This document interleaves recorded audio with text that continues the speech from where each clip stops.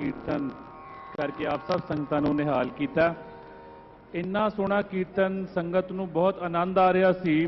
इस करके संगत वालों बेनती आई है कि तिलक जंजू राखा प्रभ ताका कीनो बड़ो कलू मैं साका, ये संगतां नूं सरबन कराउणगे। सो मैं बेनती करदा सारियां ही बच्चियां नूं इसे तरह सजे रहो। इस शब्द नूं दोबारा गायन करके संगतां नूं निहाल करो। देश के गृह मंत्री भी अपने विच पहुंचे ने, वो भी आपदा शब्द सरबन करनगे।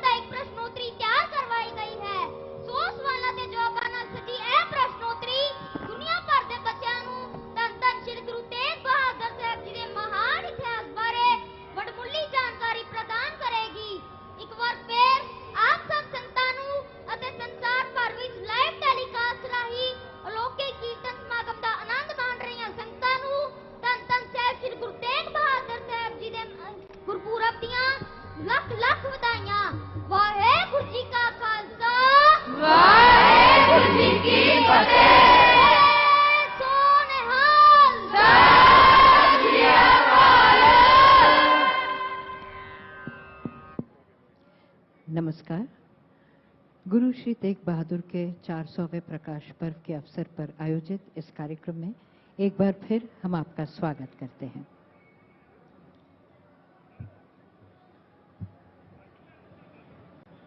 चवर छत्र दे मालक जुगो जुग अटल धन धन साहब श्री गुरु ग्रंथ साहिब महाराज जी सतगुरां दी मिठी अते निੱਘੀ गोद का आनंद मान रही गुरु प्यारी साध संगत जी, आओ फतेह दी सांझ करिए जी। वाहेगुरु जी का खालसा वाहेगुरु जी की फतेह। तिलक जंजू राखा प्रभ ताका कीनो बडो कलू मैं साका। नौवें सतगुरु धन धन साहब श्री गुरु ग्रंथ धन धन साहब श्री गुरु तेग बहादुर साहब जी महाराज जिन्हां दा प्रकाश दिहाड़ा चौथी शताब्दी भारत सरकार वालों अज बड़े ही शरधा अते भावना दे नाल दिल्ली सिख गुरुद्वारा प्रबंधक कमेटी के सहयोग के नाल इस लाल किले के मैदान दे विच मनाया जा रहा है। गुरु प्यारी साध संगत जी, देशां विदेशां दे विच गुरु नानक नाम लेवा संगत जिथे जिथे भी लाइव प्रसारण पूरे विश्व दे विच चल रहा है। अज नौवें सतगुरु गुरु तेग बहादुर साहब महाराज जी की जय जयकार उस स्थान के उत्ते हो रही है जिस स्थान के उत्तों जालम हुक्मरान औरंगजेब ने गुरु तेग बहादुर साहब जी की शहादत का फरमान सुनाया सी। अज उस स्थान तो भारत सरकार दे सहयोग भारत सरकार वालों गुरु तेग बहादुर साहब जी का 400 साला प्रकाश दिहाड़ा बहुत ही धूमधाम के नाल मनाया जा रहा है। मैं सब तो पहला जकारा छड्डांगा साडे विच देश के गृह मंत्री श्री अमित शाह जी पहुंचे हैं। उन्हां दी बहुत भावना धन धन साहब श्री गुरु ग्रंथ साहब महाराज जी के चरनां दे विच नतमस्तक होए ने। गुरु तेग बहादुर साहब जी का 400 साला ये समागम जो मनाया जाना सी, इस दे विच बहुत सारा योगदान श्री अमित शाह जी का, जिन्हां ने बहुत ही बरीकी दे नाल ये सारा समागम की रूपरेखा उलीकी और दिल्ली सिख गुरुद्वारा प्रबंधक कमेटी के कोलों सहयोग मंगया और दिल्ली सिख गुरुद्वारा प्रबंधक कमेटी साडे सारे मैंबर साहबान साडे सारे अहुदेदार दिल्ली की समूह संगत ने अज इस लाल किले के मैदान के उत्ते इन्ना वड्डा उत्साह इन्ना वड्डा हुंगारा जो मिलिया है, ये मैं समझदा वाकई काबिले तारीफ है। और मैं इस तो पहला गुरु हरकृष्ण पब्लिक स्कूल जो कि दिल्ली सिख गुरुद्वारा प्रबंधक कमेटी वालों ये अदारे चलाए जा रहे हैं, उन्हां दे 400 प्यारे प्यारे बच्चों ने जो गुरु तेग बहादुर साहब जी की बाणी का गायन किया। बहुत श्रद्धा भावना के नाल इन्हां बच्चों ने ये तैयारी की और अज इन्हां ने अलौकिक कीर्तन जो कि अलौकिक समागम इस समागम का नाम है और अलौकिक कीर्तन करके दूर दूर तक संगतां नूं कीर्तन द्वारा निहाल किया। मैं धन्नवादी हाँ इन्हां बच्चों का, इन्हां दे अध्यापकों का, इन्हां बच्चों के माता पिता का, जिन्हां ने ये इन्ना सहयोग करके इन्हां बच्चों की तैयारी कराई। सो बहुत बहुत धन्यवाद। सो मैं ज़्यादा समा ना लेंदे होए मैं बेनती करांगा दिल्ली सिख गुरुद्वारा प्रबंधक कमेटी के प्रधान सरदार हरमीत सिंह कालका जी नूं कि वो स्टेज के उत्ते आन और वो संगत के नाल सांझ पाण गुरु तेग बहादुर साहब जी का जो ये महान गुरपुरब मनाया जा रहा है। सरदार हरमीत सिंह कालका जी।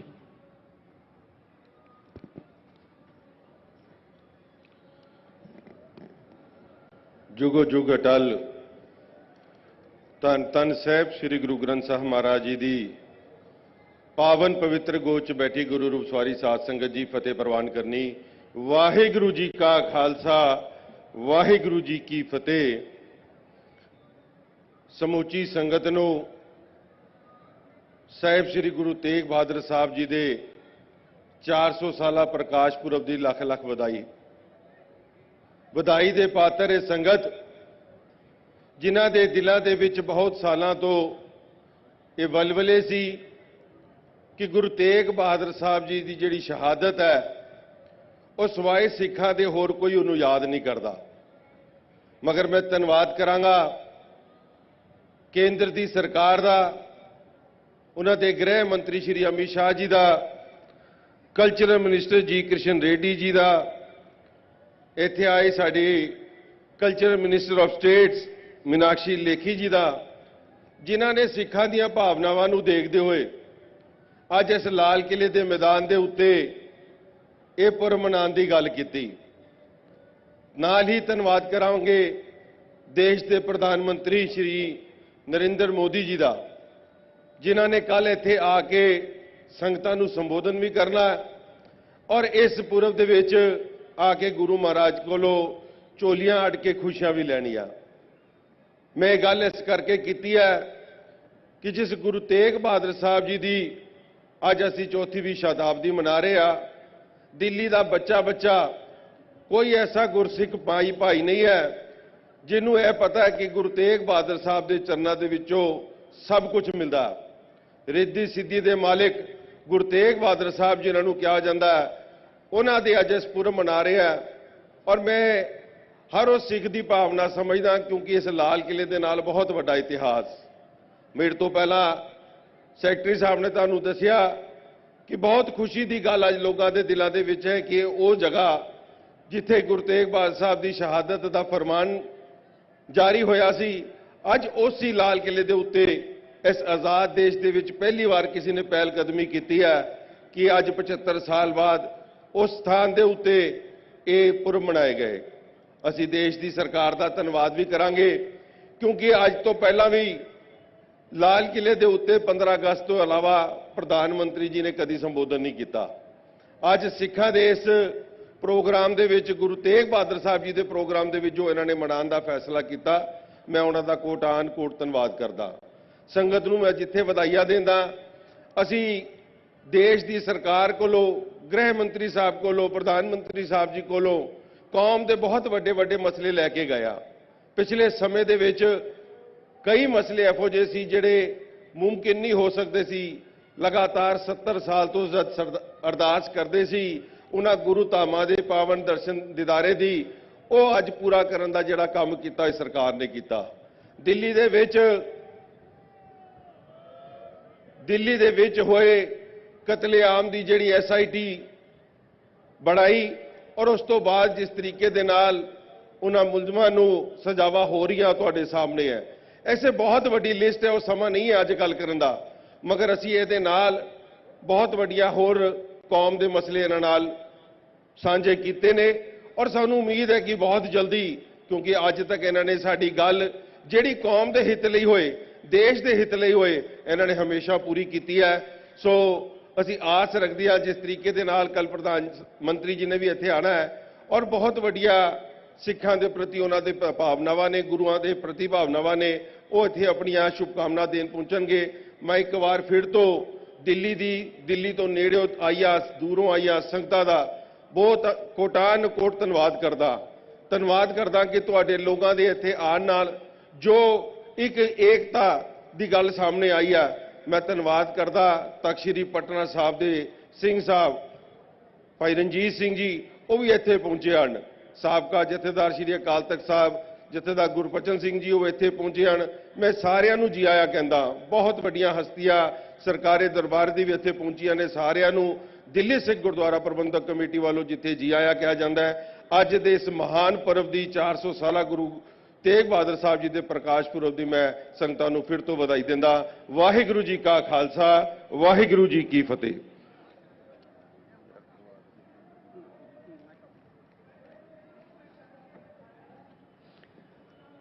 ਬਹੁਤ ਬਹੁਤ ਧੰਨਵਾਦ ਪ੍ਰਧਾਨ ਸਾਹਿਬ ਸਰਦਾਰ ਹਰਮੀਤ ਸਿੰਘ ਕਾਲਕਾ ਜੀ ਦਾ। ਜਿਵੇਂ ਕਿ ਸਰਦਾਰ ਹਰਮੀਤ ਸਿੰਘ ਕਾਲਕਾ ਜੀ ਕਹਿ ਰਹੇ ਸਨ, ਇਹ ਹਿੰਦੁਸਤਾਨ ਦੀ ਆਜ਼ਾਦੀ ਤੋਂ ਬਾਅਦ ਪਹਿਲੀ ਵਾਰੀ ਹੋਇਆ ਹੈ ਕਿ ਪਿਛਲੇ 75 ਸਾਲਾਂ ਦੇ ਵਿੱਚ ਇਸ ਲਾਲ ਕਿਲੇ ਦੇ ਮੈਦਾਨ ਦੇ ਉੱਤੇ ਆਜ਼ਾਦੀ ਦਿਵਸ ਦੇ ਉੱਤੇ ਪ੍ਰਧਾਨ ਮੰਤਰੀ ਜੀ ਜ਼ਰੂਰ ਦੇਸ਼ ਨੂੰ ਸੰਬੋਧਨ ਕਰਦੇ ਸੀ, ਲੇਕਿਨ ਇਸ ਲਾਲ ਕਿਲੇ ਤੋਂ ਦੇਸ਼ ਦੇ ਗ੍ਰਹਿ ਮੰਤਰੀ ਅਤੇ ਦੇਸ਼ ਦੇ ਪ੍ਰਧਾਨ ਮੰਤਰੀ ਔਰ ਸਿੱਖਾਂ ਦਾ ਇਹ ਇੰਨਾ ਵੱਡਾ ਠਾਠਾ ਮਾਰਦਾ ਇਕੱਠ ਉਸ ਨੂੰ ਸੰਬੋਧਨ ਕਰਨ ਔਰ ਪੂਰੇ ਦੇਸ਼ਾਂ ਵਿਦੇਸ਼ਾਂ ਦੇ ਵਿੱਚ ਸੰਦੇਸ਼ ਜਾਵੇ, ਇਹ ਪਹਿਲੀ ਵਾਰੀ ਹੋ ਰਿਹਾ ਹੈ। ਔਰ ਧੰਨਵਾਦੀ ਹਾਂ ਅਸੀਂ ਸ਼੍ਰੀ ਨਰਿੰਦਰ ਮੋਦੀ ਜੀ ਦੇ, ਪ੍ਰਧਾਨ ਮੰਤਰੀ ਜੀ ਦੇ ਔਰ ਗ੍ਰਹਿ ਮੰਤਰੀ ਸ਼੍ਰੀ ਅਮਿਤ ਸ਼ਾਹ ਜੀ ਦੇ। ਮੈਂ ਹੁਣ ਬੇਨਤੀ ਕਰਾਂਗਾ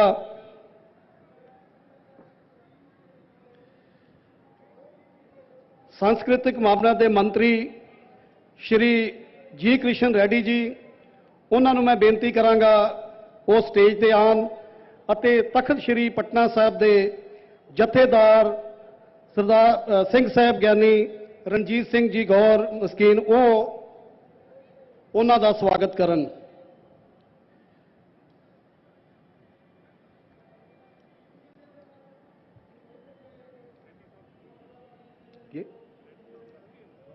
हाँ, रेड्डी साहब ਨੂੰ मैं बेनती करांगा कि वो सिंह साहब जी का शाल और ਸਰੋਪਾ नाल स्वागत करेंगे। बोले सो निहाल। मैं बेनती करांगा माननीय सांस्कृतिक मंत्री श्री जी कृष्ण रेड्डी जी ਨੂੰ कि वो देश के गृह मंत्री श्री अमित शाह जी का स्वागत करेंगे।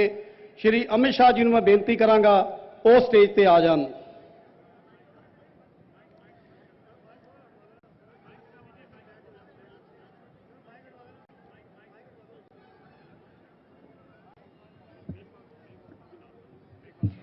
मैं बेनती करांगा श्री अर्जुन राम मेघवाल जी वो भी स्टेज पर आन। बोले सो निहाल। और मैं बेनती करांगा भैन जी मीनाक्षी लेखी जी नूं ओ बोले सो निहाल। भैन जी मीनाक्षी लेखी जी नूं ओ स्टेज पे आउणगे ते दिल्ली सिख गुरुद्वारा प्रबंधक कमेटी के प्रधान साहब सरदार हरमीत सिंह कालका जी का स्वागत करेंगे। बोले सो निहाल। और मैं बेनती करांगा माननीय संस्कृत राज्य मंत्री अर्जुन राम मेघवाल जी वो साबका सिंह साहब श्री अकाल तखत साहब ज्ञानी गुरबचन सिंह जी उन्हों का स्वागत करेंगे।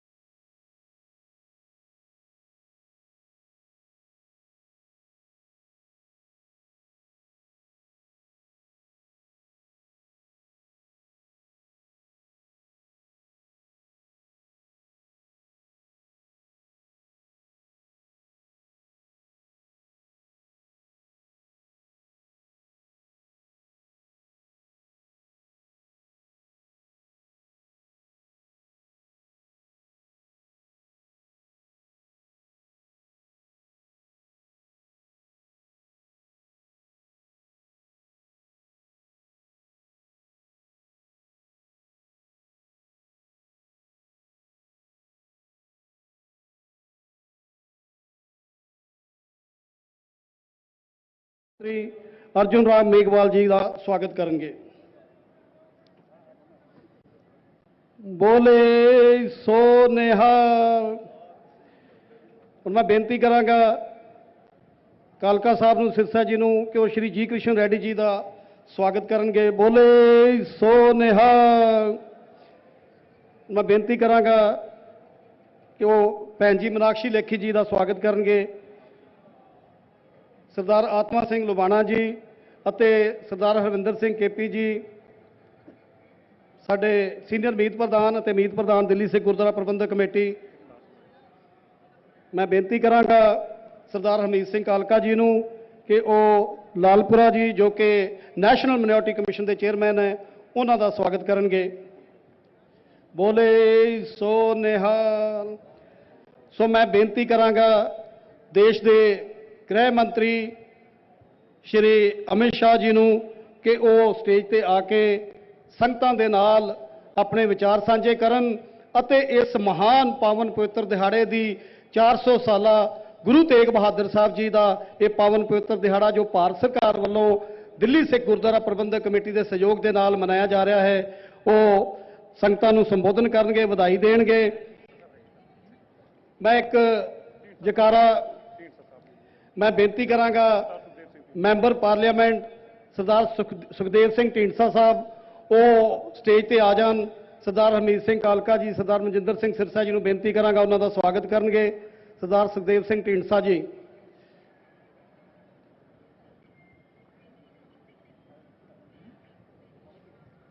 ਸੋ ਮੈਂ ਸਾਧ ਸੰਗਤ ਜੀ ਬੇਨਤੀ ਕਰਾਂਗਾ ਕਿ ਇਹ ਇੰਨਾ ਵੱਡਾ ਉਪਰਾਲਾ ਜੋ ਕਿ ਭਾਰਤ ਸਰਕਾਰ ਵੱਲੋਂ ਕੀਤਾ ਗਿਆ ਹੈ, ਅੱਜ ਸਾਡਾ ਫਰਜ਼ ਬਣਦਾ ਹੈ ਕਿ ਅਸੀਂ ਅਮਿਤ ਸ਼ਾਹ ਜੀ ਦੀ ਤਾਂ ਕਿ ਆਉਣ ਵਾਲੇ ਸਾਡੇ ਸਿੱਖ ਮਸਲਿਆਂ ਦੇ ਉੱਤੇ ਵੀ ਜੋ ਗ੍ਰਹਿ ਮੰਤਰੀ ਸਾਹਿਬ ਨੇ ਹਮੇਸ਼ਾ ਹੀ ਬਹੁਤ ਹੀ ਉਹਨਾਂ ਨੇ ਪੋਜ਼ਿਟਿਵ ਸਾਨੂੰ ਹਮੇਸ਼ਾ ਹੀ ਉਹਨਾਂ ਦਾ ਜਵਾਬ ਮਿਲਿਆ ਹੈ ਤੇ ਅੱਗੇ ਵੀ ਸਾਨੂੰ ਪੂਰੀ ਉਮੀਦ ਹੈ ਕਿ ਉਹ ਬਹੁਤ ਸਾਰੇ ਸਾਡੇ ਮਸਲੇ ਆ ਜਿਨ੍ਹਾਂ ਦੇ ਉੱਤੇ ਵਿਚਾਰ ਕਰਨਗੇ। ਸੋ ਮੈਂ ਬੇਨਤੀ ਕਰਾਂਗਾ ਖਾਲਸਾ ਜੀ ਇੱਕ ਜ਼ੋਰਦਾਰ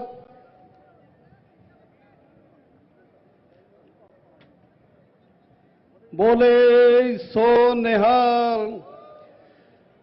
ਸੋ ਖਾਲਸਾ ਜੀ ਮੈਂ ਬੇਨਤੀ ਕਰਾਂਗਾ ਕਿ ਇੱਕ ਜ਼ੋਰਦਾਰ ਜੈਕਾਰਾ ਛੱਡੀਏ ਤਾਂ ਕਿ ਇਹ ਜੋ ਭਾਰਤ ਸਰਕਾਰ ਵੱਲੋਂ ਉਪਰਾਲਾ ਕੀਤਾ ਗਿਆ ਹੈ, ਸ਼੍ਰੀ ਅਮਿਤ ਸ਼ਾਹ ਜੀ ਵੱਲੋਂ, ਸ਼੍ਰੀ ਨਰਿੰਦਰ ਮੋਦੀ ਜੀ ਵੱਲੋਂ ਉਪਰਾਲਾ ਕੀਤਾ ਗਿਆ ਹੈ, ਹੌਸਲਾ ਅਫਜ਼ਾਈ ਕਰੀਏ ਤਾਂ ਕਿ ਆਉਣ ਵਾਲੇ ਸਮੇਂ ਦੇ ਵਿੱਚ ਵੀ ਸਿੱਖ ਕੌਮ ਦੀ ਇਸੇ ਤਰ੍ਹਾਂ ਚੜ੍ਹਦੀ ਕਲਾ ਹੋਵੇ। ਬੋਲੇ ਸੋ ਨਿਹਾਲ। ਸ੍ਰੀ ਅਕਾਲ। ਵਾਹਿਗੁਰੂ ਜੀ ਕਾ ਖਾਲਸਾ, ਵਾਹਿਗੁਰੂ ਜੀ ਕੀ ਫਤਿਹ।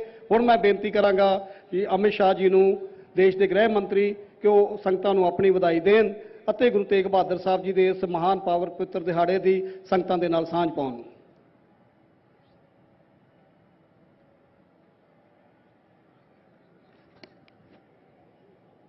वाहेगुरु जी का खालसा, वाहेगुरु जी की फतेह। आज गुरु तेग बहादुर जी के 400वें प्रकाश उत्सव पर इस अलौकिक समागम में संगत के सामने आकर मैं अपने आप को धन्य समझता हूं। मैं थोड़ा कालका जी ने जो बात करी इसमें सुधार करना चाहता हूं। कालका जी ने कहा कि देश के प्रधानमंत्री मोदी जी ने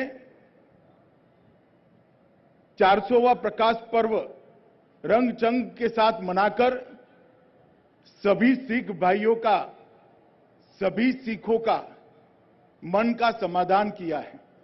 मैं उनको सुधारना चाहता हूं। देश का कोई भी व्यक्ति ऐसा नहीं है जो श्री गुरु तेग बहादुर जी के बलिदान से अभिभूत न हो। हिंदू सिख सबके मन में गुरु तेग बहादुर जी के मन में अनन्य भाव है।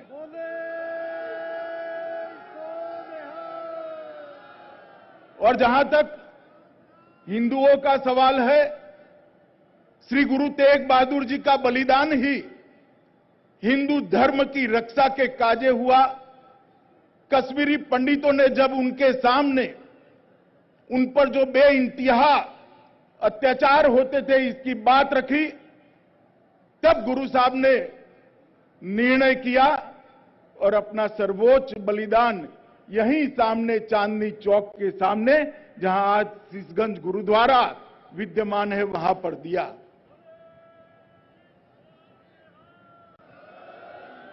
और इसीलिए उनको हिंदी चादर का नाम से आज भी 400 साल के बाद भी न केवल भारत, पूरी दुनिया सम्मान, श्रद्धा और भक्ति के साथ उनके कार्यों को, जीवन को और उनके संदेश को नमन करता है। आज मैं सबको बताना चाहता हूं कि नरेंद्र मोदी जी देश के सबसे सौभाग्यशाली प्रधानमंत्री है, क्योंकि उनके कालखंड के अंदर ही गुरु नानक देव जी महाराज का 550वां प्रकाश पर्व आया, गुरु तेग बहादुर जी का 400वां प्रकाश पर्व आया और 10वें पातशाह गुरु गोविंद सिंह जी का 350वां प्रकाश पर्व मनाने का भी मौका और सौभाग्य नरेंद्र मोदी जी को मिला। और नरेंद्र मोदी जी ने भारत के सांस्कृतिक मंत्रालय के माध्यम से ये तीनों प्रकाश पर्व को बहुत मन और भक्ति भाव के साथ मनाकर न केवल भारत, पूरी दुनिया के अंदर महान सिख गुरुओं के संदेश को, उनके भक्ति के संदेश को, उनके वीरता के संदेश को, बलिदान और समानता के संदेश को पूरी दुनिया के सामने उजागर करने का काम किया। और आज हम सब के लिए बहुत सौभाग्य की बात है, जब ये कार्यक्रम हो रहा है तब देश अपनी स्वतंत्रता का 75वां साल भी मना रहा है।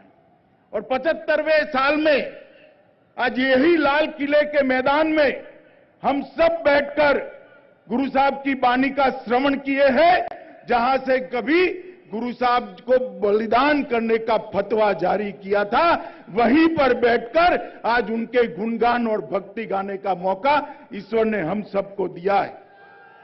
ये हम सब के लिए बड़ी सौभाग्य की बात है। गुरु साहब का जीवन हम सब के लिए न केवल अनुकरणीय है, युगों युगों तक देश के हर बच्चे को, देश के हर युवा को प्रेरणा देने वाला जीवन रहेगा।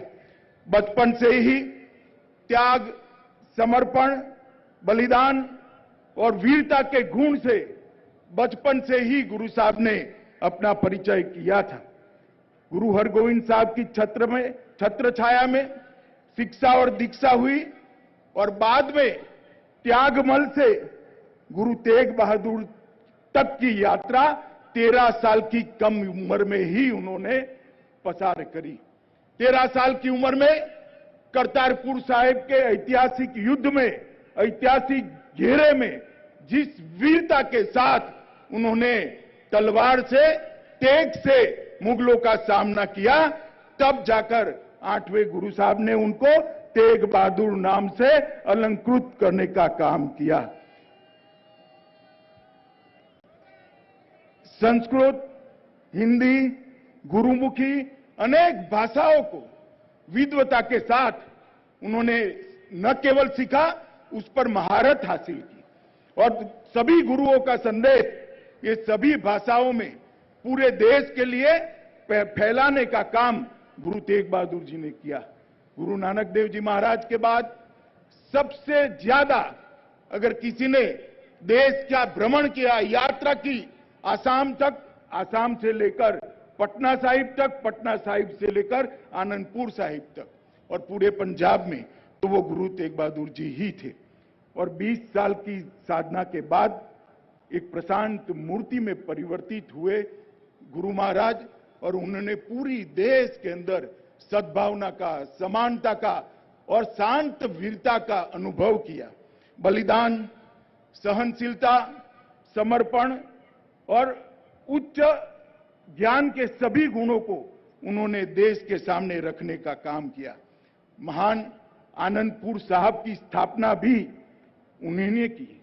और जब कश्मीरी पंडितों पर मुगलों के अत्याचार बढ़े और वो लोग गुरु साहब की शरण में गए, तब गुरु साहब ने उनको कहा, तेग बहादुर जी ने कहा कि जाओ जाकर बता दो औरंगजेब को, अगर गुरु तेग बहादुर का धर्म परिवर्तन करा सकते हैं तो हम सब धर्म परिवर्तन कर लेंगे।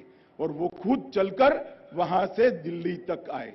उनके साथ तीनों साथियों ने असह्य वेदनाओं को भोगते हुए बलिदान दिया, फिर भी गुरु साहब के सामने ही अपने तीनों शिष्यों का बलिदान देखकर भी वो टस के मस नहीं हुए और अंत में उनका सर धड़ से अलग करने का हुक्म बादशाह ने सुनाया।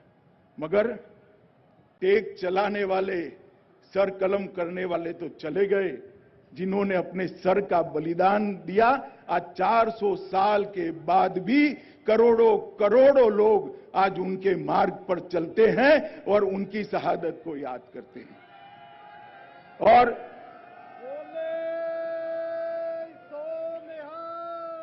इसीलिए आज भी उनको हिंदी चादर का उपनाम से पूरा देश जानता है। इस देश पर उनके बड़े उपकार रहे और उन्हीं के पावन घर के अंदर दशम पिता का जन्म हुआ और दशम पिता ने जिस प्रकार से औरंगजेब के जुल्मों का सामना किया, अपना सर्वस्व बलिदान किया, 4 साहबजादों का बलिदान देकर पिता की बलिदान की परंपरा को दशम पिता ने आगे बढ़ाया। और आज मैं निर्विवाद रूप से मानता हूं, गुरु तेग बहादुर जी और गुरु गोविंद सिंह जी दशम पिता के बलिदानों के कारण ही आज देश इतना आगे बढ़ रहा है। आज देश स्वतंत्रता की श्वास ले रहा है और आज देश 75वें पर्व को भी स्वतंत्रता का मना रहा है। हम सब महान सिख गुरुओं के ऋणी है। पूरा देश महान सिख गुरुओं का ऋणी है। इस 400वें प्रकाश पर्व के अंदर कल प्रधानमंत्री जी स्मारक सिक्का और डाक टिकट का भी विमोचन करेंगे। श्री गुरु तेग बहादुर जी के जीवन पर कविता का पुस्तक का अनुवाद काव्यांजलि भी पेश किया जाएगा। गुरु तेग बहादुर जी के जीवन पर गद्य पुस्तक का भी विमोचन होगा। अंग्रेजी, हिंदी और पंजाबी में बच्चों के लिए कॉमिक का शुभारंभ भी कर होगा। 3 एनिमेशन फिल्में और 13 लघु फिल्मों का शुभारंभ होगा। उसको बाद में देश की हर भाषा में, हर प्रांत की भाषा में अनुवादित किया जाएगा, जिससे पूरा देश गुरु साहब का संदेश प्राप्त कर बच्चे अपने जीवन में प्रेरणा ले सके।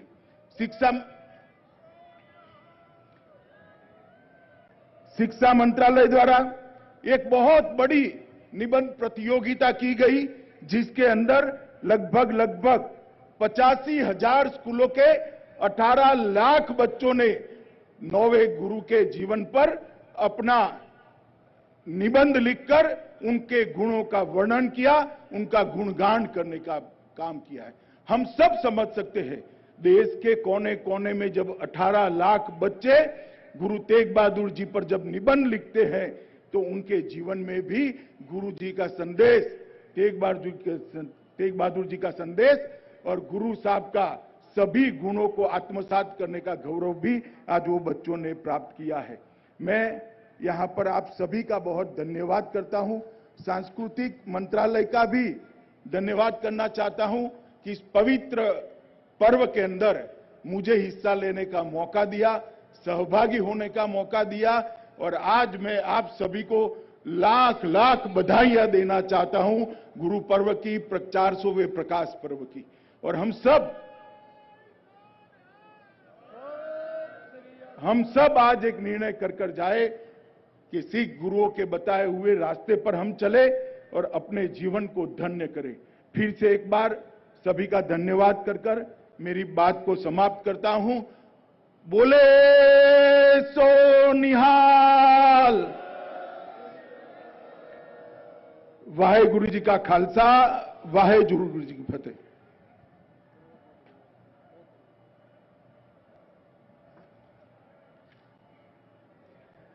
वाहेगुरु जी का खालसा, वाहेगुरु जी की फतेह।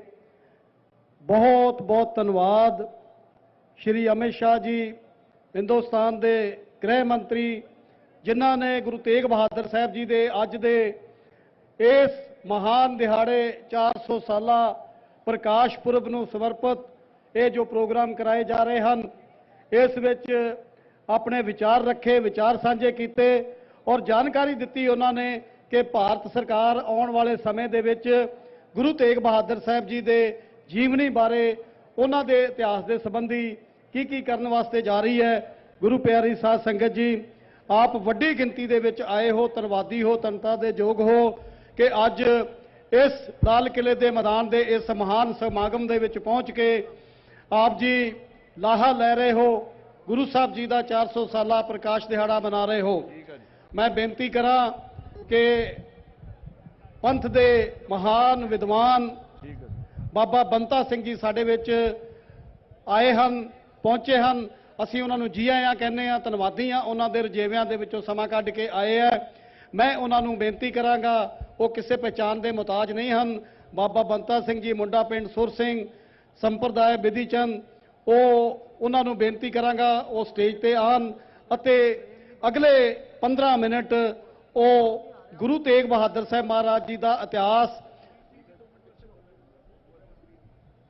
ਗੁਰੂ ਤੇਗ ਬਹਾਦਰ ਸਾਹਿਬ ਮਹਾਰਾਜ ਜੀ ਦਾ ਇਤਿਹਾਸ ਸੰਗਤਾਂ ਨੂੰ ਸਰਵਣ ਕਰਾਉਣ, ਵਿਚਾਰ ਸਾਂਝੇ ਕਰਨ ਅਤੇ ਉਸ ਤੋਂ ਬਾਅਦ ਉਸ ਤੋਂ ਉਪਰੰਤ ਭਾਈ ਅਮਰਜੀਤ ਸਿੰਘ ਜੀ ਪਟਿਆਲੇ ਵਾਲੇ ਉਹ ਵੀ ਸੰਗਤਾਂ ਵਿੱਚ ਪਹੁੰਚ ਚੁੱਕੇ ਹਨ।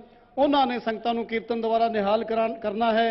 ਉਸ ਤੋਂ ਬਾਅਦ ਭਾਈ ਮਨਪ੍ਰੀਤ ਸਿੰਘ ਜੀ ਕਾਨਪੁਰੀ, ਉਹਨਾਂ ਨੇ ਸੰਗਤਾਂ ਨੂੰ ਇਲਾਹੀ ਬਾਣੀ ਦਾ ਕੀਰਤਨ ਸਰਵਣ ਕਰਾਉਣਾ ਹੈ। ਅੱਜ ਦੇ ਬਹੁਤ ਸਾਰੇ ਪ੍ਰੋਗਰਾਮ ਹਨ। ਗੁਰੂ ਪਿਆਰੀ ਸਾਧ ਸੰਗਤ ਜੀ, ਮੈਂ ਬੇਨਤੀ ਕਰਾਂਗਾ ਸਮੂਹ ਸੰਗਤਾਂ ਨੂੰ ਕਿ ਇਸੇ ਤਰ੍ਹਾਂ ਹੀ ਦੀਵਾਨ ਦੇ ਵਿੱਚ ਸੱਜੇ ਰਹੋ ਔਰ ਆਓ ਮਿਲ ਕੇ ਗੁਰੂ ਸਾਹਿਬ ਜੀ ਦੀ ਗੁਰਬਾਣੀ ਦਾ ਲਾਹਾ ਲਈਏ। ਸੋ ਇਸ ਤੋਂ ਪਹਿਲਾਂ ਕਿ ਮੈਂ ਬਾਬਾ ਬੰਤਾ ਸਿੰਘ ਜੀ ਨੂੰ ਬੇਨਤੀ ਕਰਾਂ, ਉਸ ਤੋਂ ਪਹਿਲਾਂ 2 ਮਿੰਟ ਲਈ ਗਿਆਨੀ ਸਿੰਘ ਸਾਹਿਬ, ਗਿਆਨੀ ਰਣਜੀਤ ਸਿੰਘ ਜੀ ਗੌਰੇ ਮਸਕੀਨ, ਜਥੇਦਾਰ ਤਖਤ ਸ੍ਰੀ ਪਟਨਾ ਸਾਹਿਬ, ਉਹ ਸੰਗਤਾਂ ਨੂੰ 2 ਮਿੰਟ ਵਾਸਤੇ ਆਪਣੇ ਵਿਚਾਰ ਸਾਂਝੇ ਕਰਨਗੇ। ਉਸ ਤੋਂ ਬਾਅਦ ਬਾਬਾ ਬੰਤਾ ਸਿੰਘ ਜੀ ਸੰਗਤਾਂ ਨੂੰ ਆਪਣੇ ਵਿਚਾਰਾਂ ਦੁਆਰਾ ਨਿਹਾਲ ਕਰਨਗੇ। ਸੋ ਆਓ ਬੜੇ ਪਿਆਰ ਦੇ ਨਾਲ ਸਰਵਣ ਕਰੀਏ ਜੀ। ਵਾਹਿਗੁਰੂ ਜੀ ਕਾ ਖਾਲਸਾ, ਵਾਹਿਗੁਰੂ ਜੀ ਕੀ ਫਤਿਹ।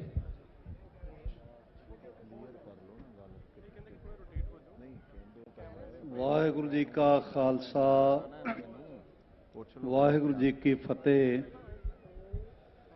ਇੱਕ ਵਾਰੀ ਫਿਰ ਤੋਂ ਫਤਿਹ ਅਰਜ਼ ਕਰਦੇ ਹਾਂ। ਵਾਹਿਗੁਰੂ ਜੀ ਕਾ ਖਾਲਸਾ, ਵਾਹਿਗੁਰੂ ਜੀ ਕੀ ਫਤਿਹ।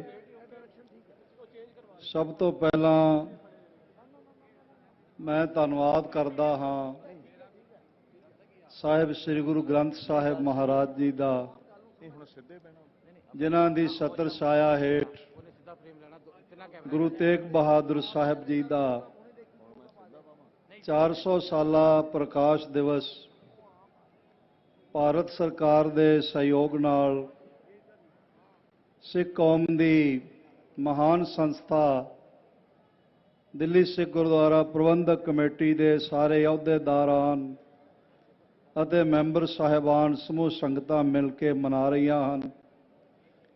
ਹੁਣੇ ਭਾਰਤ ਦੇ ਗ੍ਰਹਿ ਮੰਤਰੀ ਸਤਿਕਾਰਯੋਗ ਅਮਿਤ ਸ਼ਾਹ ਜੀ ਨੇ ਬਹੁਤ ਕੀਮਤੀ ਵਿਚਾਰ ਆਪ ਨਾਲ ਸਾਂਝੇ ਕੀਤੇ ਹਨ ਔਰ ਮਾਨਯੋਗ ਕਾਲਕਾ ਜੀ ਨੇ ਔਰ ਕਾਲੋਂ ਜੀ ਨੇ ਹੁਣੇ ਆਪ ਜੀ ਨੂੰ ਦਰਸਾਇਆ ਕਿ ਇਤਿਹਾਸ ਵਿੱਚ ਸ੍ਰੀ ਗੁਰੂ ਤੇਗ ਬਹਾਦਰ ਸਾਹਿਬ ਮਹਾਰਾਜ ਜੀ ਦੇ ਜੀਵਨ ਕਾਲ ਤੋਂ ਇਹ ਪਹਿਲਾ ਮੌਕਾ ਹੈ ਕਿ ਜਦੋਂ ਇਤਨੇ ਵੱਡੇ ਪੱਧਰ ਤੇ ਜਿਸ ਲਾਲ ਕਿਲੇ ਦੀ ਫਸੀਲ ਤੇ ਚਾਂਦਨੀ ਚੌਕ ਵਿੱਚ ਗੁਰੂ ਤੇਗ ਬਹਾਦਰ ਜੀ ਦੇ ਪਿਆਰੇ ਸਿੱਖ ਭਾਈ ਮਤੀ ਦਾਸ ਜੀ, ਭਾਈ ਸਤੀ ਦਾਸ ਜੀ, ਭਾਈ ਦਇਆਲਾ ਜੀ ਸਮੇਤ ਉਹਨਾਂ ਨੂੰ ਸ਼ਹੀਦ ਕੀਤਾ ਗਿਆ ਸੀ।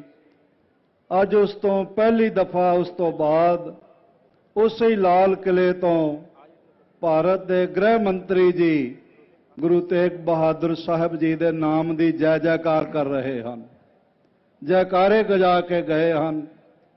ਮੈਂ ਖਾਲਸਾ ਪੰਥ ਨੂੰ ਗੁਜ਼ਾਰਿਸ਼ ਕਰਨਾ ਚਾਹੁੰਦਾ ਹਾਂ ਕਿ ਉਹ ਦਿਨ ਦੂਰ ਨਹੀਂ ਹੈ।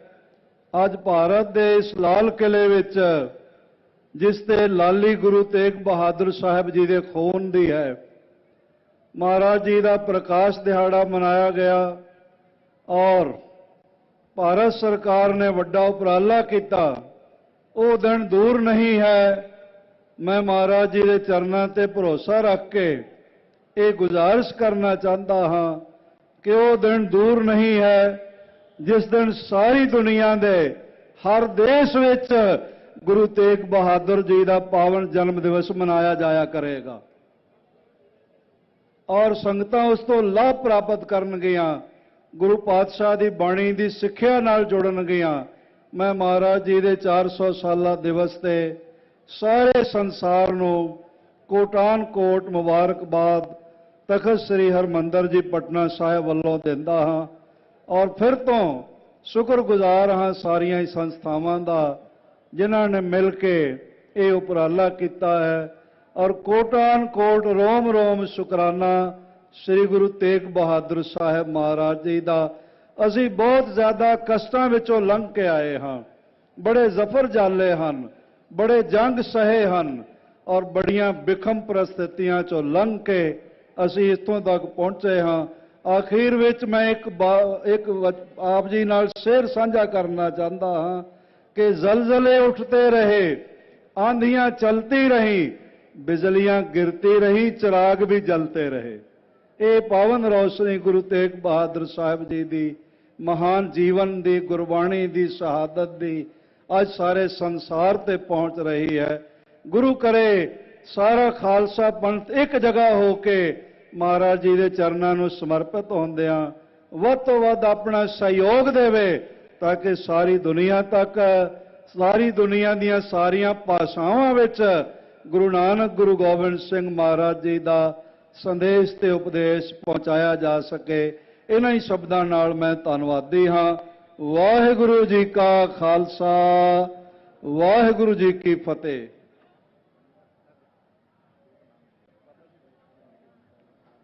गुर गोबिंद गोपाल गुर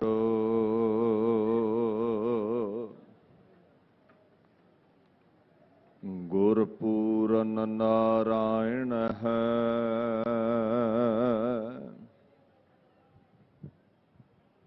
गुर दयाल समरथ गुर, गुर नानक पतत उदाहरण है। तिलक जंजू राखा प्रभ ताका, कीनो बड़ो कलू मह साका। धर्म हेत साका जिन किया,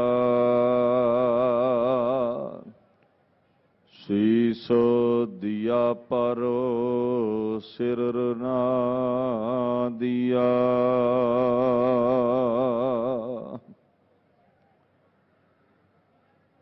चवर छतर तखत दे मालक साहिब श्री गुरु ग्रंथ साहिब जी की पावन हजूरी अंदर सुभायमान गुरु प्यारी खालसा साध संगत की फतेह प्रवान करो। वाहिगुरू जी का खालसा, वाहिगुरू जी की फतेह। गवर्नमेंट ऑफ इंडिया वालों Shri Narendra Modi ji prime minister of India, Shri Amit Shah ji minister of home affairs, Delhi Sikh gurdwara management committee के सहयोग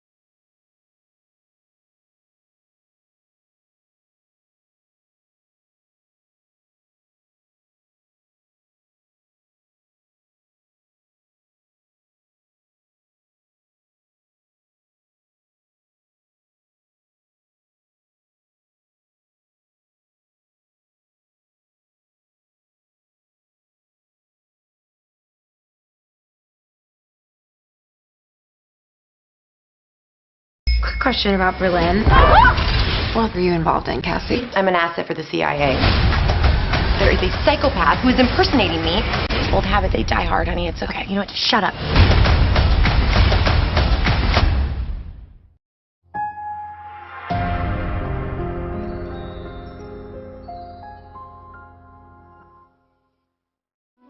ਹਰ ਇੱਕ ਜੀਵਨ ਦੇ ਵਿੱਚ ਸਾਧ ਸੰਗਤ ਚਿੰਤਾ ਹੈ। ਧਿਆਨ ਨਾਲ ਸੁਣਿਓ, ਚਿੰਤਾ ਹੈ। ਹਰ ਕਦਮ ਤੇ ਮਨੁੱਖ ਚਿੰਤਾ ਕਰਦਾ, ਹਰ ਕਦਮ ਤੇ। ਰਾਤ ਲੇਟ ਹੋ ਗਏ ਬੱਚੇ, ਚਿੰਤਾ ਹੋ ਗਈ। ਗਾਹਕ ਨਹੀਂ ਆਇਆ, ਚਿੰਤਾ ਹੋ ਗਈ। ਨਿੱਕੀ ਨਿੱਕੀ ਗੱਲ ਤੇ ਚਿੰਤਾ। ਔਰ ਕਈ ਵਾਰੀ ਤਾਂ ਬੇਫਜ਼ੂਲ ਦੀ ਚਿੰਤਾ ਮੱਥੇ ਮਾਰ ਕੇ ਬੈਠੇ ਹੁੰਦੇ। ਚਿੰਤਾ ਬੰਦੇ ਨੂੰ ਸਾਧ ਸੰਗਤ ਕਦੋਂ ਆਉਂਦੀ? ਚਿੰਤਾ ਜਦੋਂ ਸਾਧ ਸੰਗਤ ਜੀ ਦੁੱਖ ਮਹਿਸੂਸ ਹੁੰਦਾ ਹੈ। ਜਦੋਂ ਮਹਿਸੂਸ ਹੋਵੇ ਨਾ, ਤਾਂ ਜੇ ਕੋਈ ਚੀਜ਼ ਮਹਿਸੂਸ। ਹੁਣ ਇੱਕ ਗੱਲ ਦੱਸੋ, ਇੱਕ ਬੰਦਾ ਬੇਹੋਸ਼ ਪਿਆ ਹੋਇਆ, ਉਹਨੂੰ ਚੀਰਾ ਦੇ ਦਿਓ, ਉਹਨੂੰ ਟਾਂਕੇ ਲਾ ਦਿਓ, ਉਹਨੂੰ ਪੇਟ ਫਾੜ ਦਿਓ, ਉਹਦਾ ਆਪਰੇਸ਼ਨ ਕਰ ਦਿਓ, ਜੋ ਮਰਜ਼ੀ ਕਰ, ਬੇਹੋਸ਼ ਪਿਆ। ਦੁੱਖ ਆਇਆ ਉਹਨੂੰ, ਤਕਲੀਫ ਹੋਈ ਉਹਨੂੰ, ਪਰ ਸਾਧ ਸੰਗਤ ਜੀ ਉਹ ਦੁੱਖ ਆਇਆ ਜ਼ਰੂਰ ਹੈ, ਉਹਨੂੰ ਲੱਗ ਨਹੀਂ ਰਿਹਾ। ਕਿਉਂ? ਮਹਿਸੂਸ ਨਹੀਂ ਹੋ ਰਿਹਾ ਕੋ ਸਤਨਾਮ। ਜਦੋਂ ਬੰਦੇ ਨੂੰ ਮਹਿਸੂਸ ਹੋਵੇ ਜਿਹੜੀ ਚੀਜ਼ ਨਾ, ਫਿਰ ਦੁੱਖ ਸਤਾਉਂਦਾ ਹੈ।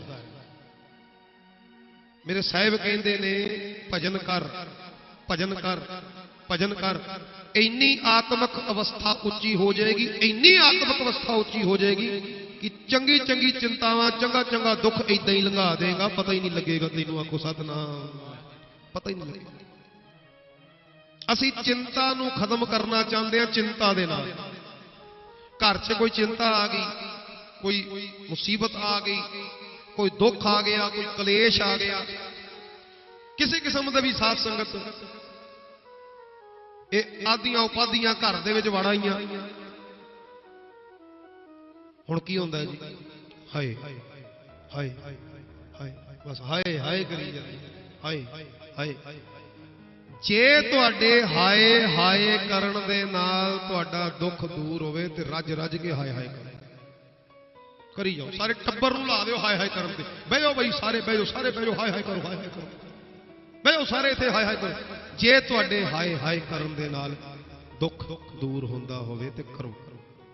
ਨਹੀਂ ਹੋਏਗਾ, ਨਹੀਂ ਹੋਏਗਾ। ਚਿੰਤਾ ਤੋਂ ਕਦੇ ਚਿੰਤਾ ਦੂਰ ਨਹੀਂ ਹੋਏਗੀ। ਚਿੰਤਾ ਜਦੋਂ ਵੀ ਦੂਰ ਹੋਏਗੀ, ਚਿੰਤਨ ਤੋਂ ਦੂਰ ਹੋਏਗੀ। ਚਿੰਤਨ ਤੋਂ, ਸਿਮਰਨ ਤੋਂ, ਭਜਨ ਤੋਂ, ਬੰਦਗੀ ਤੋਂ ਦੂਰ ਹੋਏਗੀ। ਜਦੋਂ ਚਿੰਤਾ ਆ ਗਈ, ਸਾਰਿਆਂ ਨੂੰ ਕਹੋ ਬਹਿ ਜਾਓ ਬਈ, ਕਰੋ ਜਪਜੀ ਸਾਹਿਬ ਦੇ ਪਾਠ, ਕਰੋ ਸੁਖਮਨੀ ਸਾਹਿਬ ਦੇ ਪਾਠ,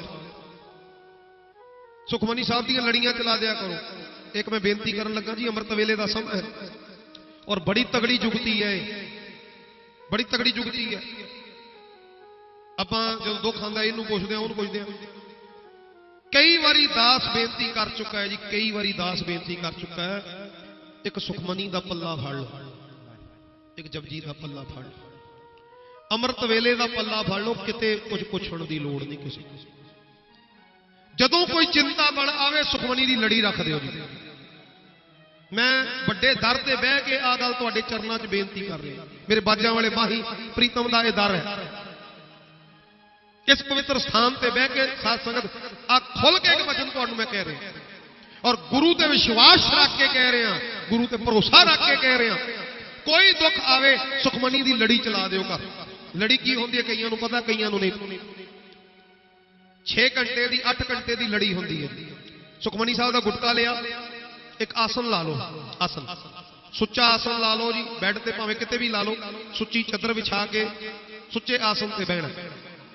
ਜਦ ਆਪਣਾ ਸੁਖਮਨੀ ਸਾਹਿਬ ਦਾ ਪਾਠ ਸ਼ੁਰੂ ਕਰ ਲਿਆ, ਇੱਕ ਬੰਦੇ ਨੇ ਜਿਵੇਂ ਅਖੰਡ ਪਾਠ ਹੁੰਦਾ ਨਾ ਜੀ, ਅਖੰਡ ਲੜੀ, ਇਹਨੂੰ ਖੰਡ ਲੜੀ ਕਹਿੰਦੇ ਆ। ਅੱਧੇ ਘੰਟੇ ਦੀ ਲੜੀ ਰੱਖਣੀ, ਘੰਟੇ ਦੀ ਰੱਖਣੀ, 2 ਘੰਟੇ ਦੀ ਮਤਲਬ ਸ਼ਿਫਟ ਰੱਖਣੀ ਹੈ, ਰੱਖੋ 8 ਘੰਟੇ ਦੇ ਲਈ।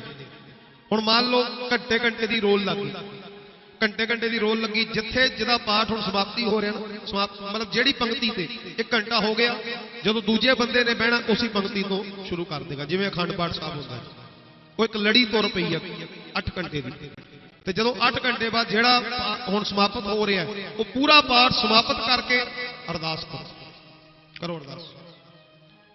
ਸੁਖਮਨੀ ਸਾਹਿਬ ਦੀ ਲੜੀਆਂ ਚਲਾ ਦਿਓ ਘਰ। ਜਿਹੜੀ ਸੁਖਮਨੀ ਹੈ ਸਾਧ ਸੰਗਤ, ਸੁੱਖਾਂ ਦੀ ਮਣੀ ਹੈ। ਦੇਖੋ ਕਿੱਦਾਂ ਤੁਹਾਡੀ ਚਿੰਤਾ ਦੂਰ ਹੁੰਦੀ ਹੈ। ਆਖੋ ਸਤਨਾਮ ਸਤਿ ਸ੍ਰੀ ਅਕਾਲ। ਪਰ ਅਫਸੋਸ